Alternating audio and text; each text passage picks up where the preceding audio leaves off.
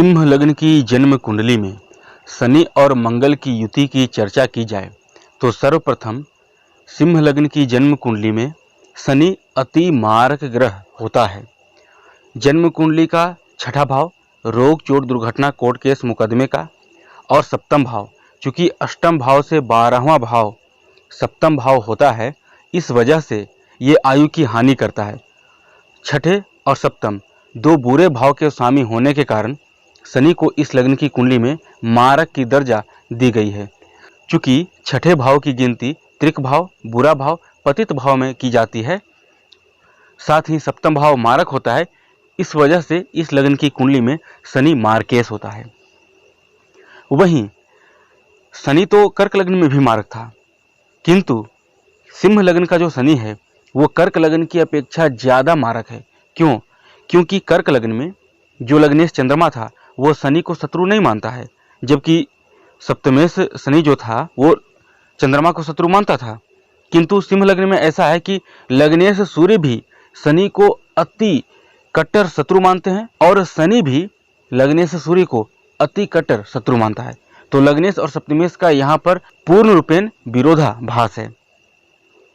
वहीं पर मंगल का बात करें तो चूंकि मंगल इस लग्न की कुंडली के लिए अति योग कारक ग्रह बनता है, एक केंद्र का स्वामी और एक त्रिकोण का स्वामी, चतुर्थ भाव भूमि भवन वाहन प्रॉपर्टी सुखों का भाव और नवम भाव भाग्य का, पिता का, धर्म यात्रा, हायर एजुकेशन का। अग्नि तत्व का मंगल अग्नि तत्व की राशि का स्वामी, त्रिकोण और केंद्र दो अच्छे भाव का स्वामी, साथ ही अग्नि तत्व के लग्न उसके स्वामी जो सूर्य हैं उसके साथ मंगल की अति मित्रता है।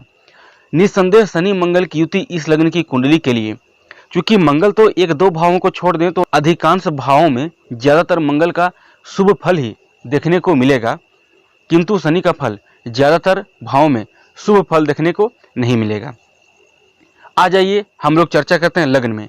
चूंकि यहाँ पर शनि और मंगल लग्न में बैठे हैं तो ऐसा है कि मंगल तो हर प्रकार से ठीक है, भाग्य सुखेश होकर लग्न में गया है तो जीवन में भाग्य से हर प्रकार की सुख सुविधा आपको मिलती रहेगी, आयु अच्छी रहेगी आपकी, आप दीर्घायु होंगे, भाग्य और सदैव पैतृक संपत्ति आपको प्राप्त होगी, भाग्य हमेशा आपका साथ देगा। शनि का लग्न में जाना अच्छा नहीं है। एक प्लस पॉइंट है कि सप्तमेश लग्न में गया है तो ऐसा व्यक्ति अपने जीवन साथी के प्रति वफादार रहेगा। उसके अलावा जब भी शनि की दशा या अंतर्दशा रहेगी तब तब व्यक्ति के कार्य को डीले, व्यक्ति कर्जे में जाएगा, शत्रुओं से परेशान होगा, रोग चोट दुर्घटना हमेशा उसको पीछा नहीं छोड़ेगी। यहाँ पर शनि मंगल के साथ बैठकर मंगल के शुभ फलों में कमी करने का प्रयास करेगा, क्योंकि मंगल तो शुभ फल देगा। ऑलरेडी सिंह लग्न अग्नि तत्व का लग्न है तो व्यक्ति जिद्दी क्रोधी होता है, मंगल बैठ जाएगा तो जिद्दीपन, जल्दबाज प्रवृत्ति, क्रोधी और ज्यादा बढ़ जाएगा। अब शनि जैसा मारक ग्रह बैठने के कारण और ज्यादा ये जिद्दीपन, जल्दबाजी हिंसात्मक रूप ले सकता है यदि इस पर बृहस्पति या शुक्र का प्रभाव नहीं हुआ तो। आ जाइए द्वितीय भाव में। यहाँ पर शनि मंगल की युति, निसंदेह मंगल भाग्येश और सुखेश होकर धन के घर में गया है। भाग्य से धन और सुख सुविधा आपके जीवन में हमेशा आती रहेगी, किंतु किसी भी लिहाजे से शनि अच्छा नहीं है, क्योंकि शनि यहाँ पर षष्ठेश होकर गया है धन के घर में, तो कर्जे की समस्या, शत्रुओं की समस्या, परिवार में किसी न किसी व्यक्ति को कोई ना कोई एक बीमारी हमेशा घिरे हुए रहना, और सप्तमेश भी अपने से अष्टम में गया है। तो एक प्लस पॉइंट यहाँ पर यह बनता है कि जीवन साथी का स्वामी भाग्येश के साथ बैठा है जाकर के धन के घर में, तो विवाह के बाद धन की स्थिति अच्छी रहेगी, पर दाम्पत्य जीवन हम अच्छा नहीं कर सकते क्योंकि सप्तमेश अपने से अष्टम भाव में गया है। आ जाइए तीसरे भाव में। यहाँ पर शनि मंगल का युति 95% मामलों में पॉजिटिव रिजल्ट देगा। कारण ऐसा है कि षष्ठेश और सप्तमेश दोनों भाव का स्वामी जो शनि है वो उच्च का हो गया, और जो मंगल भाग्येश और सुखेश है वो चला गया अपने से सप्तम भाव में और अपने ही भाव को देखेगा। तो ज्योतिष शास्त्र का यह सूत्र यो यो भाव स्वामी दृष्टि युतो वा तस्य स्थानम वृद्धि, जो भाव अपने ही स्वामी से दृष्टि या युत हो वो उस भाव की वृद्धि करता है। तो मंगल अपने भाव को देखेगा, वृद्धि कर देगा। शनि यहाँ पर नीच राशि को देखेगा, नो डाउट, कोई दिक्कत नहीं।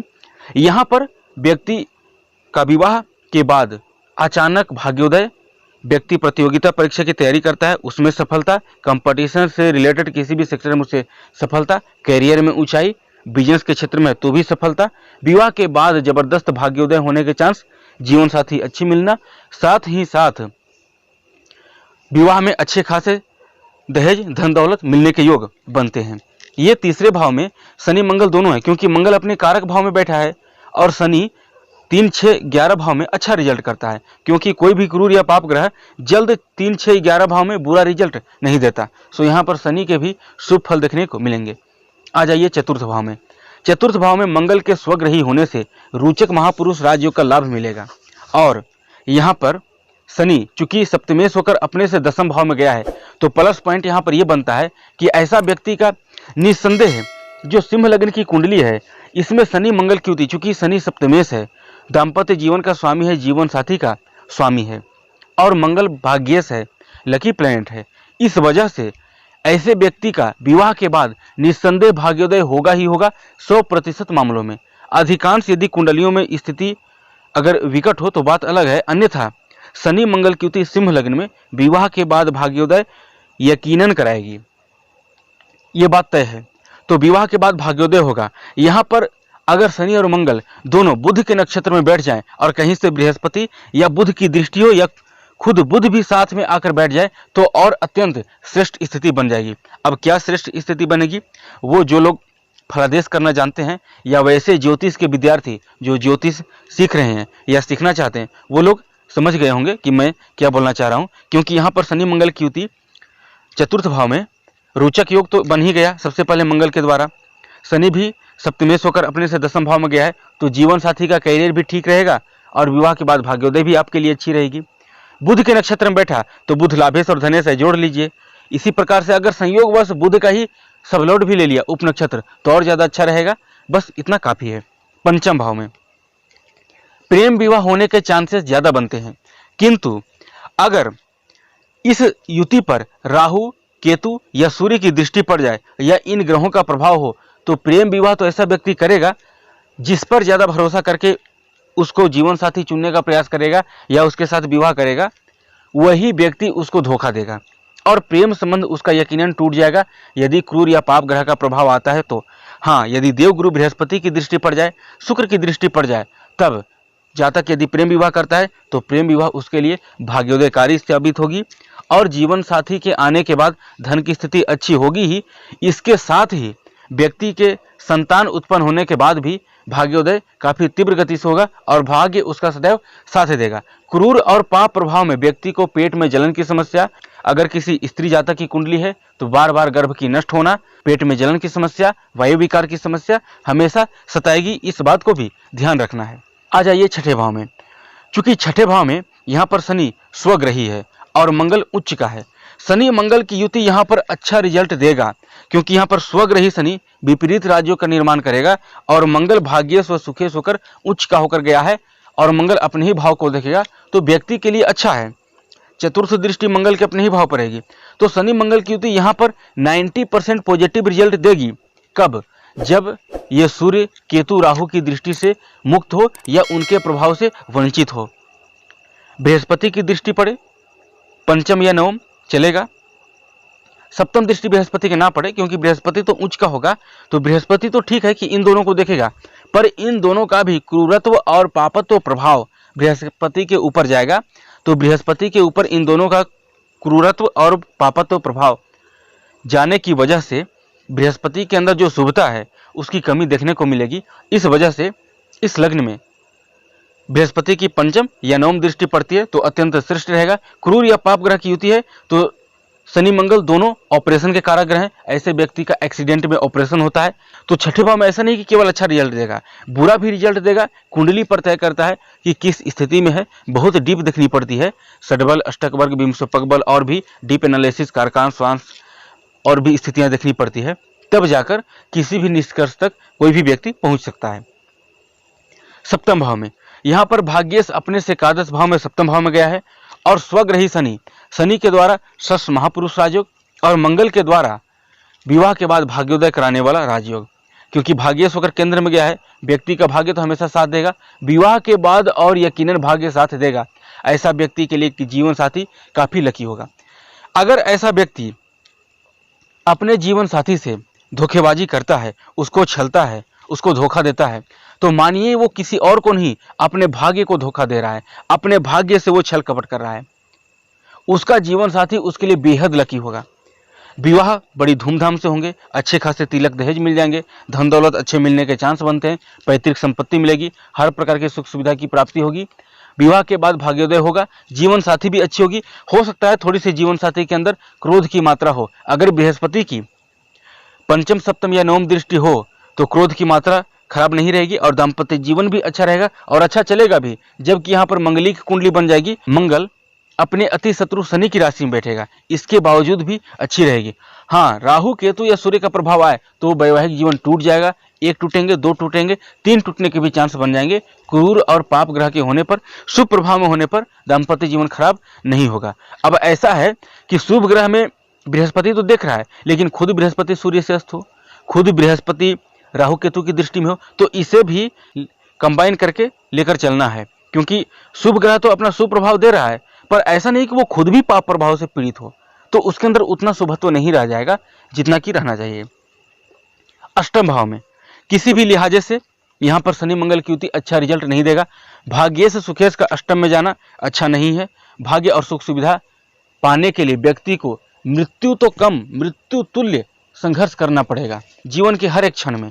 भाग्य कभी उसका साथ नहीं देगा, वो चाहे कितना ही मेहनत क्यों न करे, भाग्य साथ नहीं। और बहुत मेहनत से सुख सुविधा मिलेगी, और वो मिलेगी भी तो नाम मात्र की मेहनत वो व्यक्ति करेगा, फल किसी और को मिल जाएगा। यहाँ पर शनि सप्तमेश होकर अष्टम में गया है तो दाम्पत्य जीवन अच्छा नहीं होगा, ये भी दर्शा रहा है। हालांकि मंगलिक योग यहाँ भी बनेगा। और षष्ठेश का अष्टम में जाना, रोग चोट दुर्घटना कोर्ट केस मुकदमे भाव के स्वामी का अष्टम भाव में जाना, यदि कोर्ट केस की समस्या है तो वो तुरंत समाप्त नहीं होगी, वो लंबे समय तक चलेंगे। शत्रु से यदि पीड़ित हैं आप, या किसी से आपकी शत्रुता है, तो वो तुरंत समाप्त नहीं होगी, वो काफी लंबे समय तक चलेंगे। कोई भी बीमारी या कोई भी रोग आपको ग्रसित किया हुआ है, आपके शरीर में कोई भी बीमारी है, तो वो बीमारी शीघ्र समाप्त नहीं होगी, वो बीमारी लंबे समय तक चलेगी और वही बीमारी आपको मृत्यु प्रदान करेगी, क्योंकि रोग स्थान का स्वामी मृत्यु स्थान में बैठा है। तो शनि मंगल की युति यहाँ पर अच्छा नहीं है। राहु केतु सूर्य के प्रभाव होने पर एक्सीडेंट ऑपरेशन का योग, और एक्सीडेंट ऑपरेशन के दौरान मृत्यु का भी योग यहाँ पर बनता है। बृहस्पति की पंचम या नवम दृष्टि होने पर इसके अशुभ प्रभाव में कमी देखने को मिलेंगे, और कुछ हद तक मंगल कभी कभी अचानक धन प्राप्ति दिला सकता है यदि बृहस्पति की पंचम या नवम दृष्टि हो तो। आ जाइए भाग्य स्थान में। सबसे पहले यहाँ पर बनेगा नीच भंग राजयोग। सप्तमेश भाग्य स्थान में गया है, विवाह के बाद भाग्योदय, और भाग्येश के साथ बैठा है। होगा ही होगा 100% मामलों में, बशर्ते ऐसा व्यक्ति को अपने जीवन साथी के स्वास्थ्य का विशेष ख्याल रखना होगा, क्योंकि सप्तम भाव का स्वामी नीच राशि में गया है, तो जीवन साथी के स्वास्थ्य को ये डैमेज करने का काम करेगा। उसके लिए आपको अपने जीवन साथी का स्वास्थ्य का विशेष रूप से ध्यान रखें।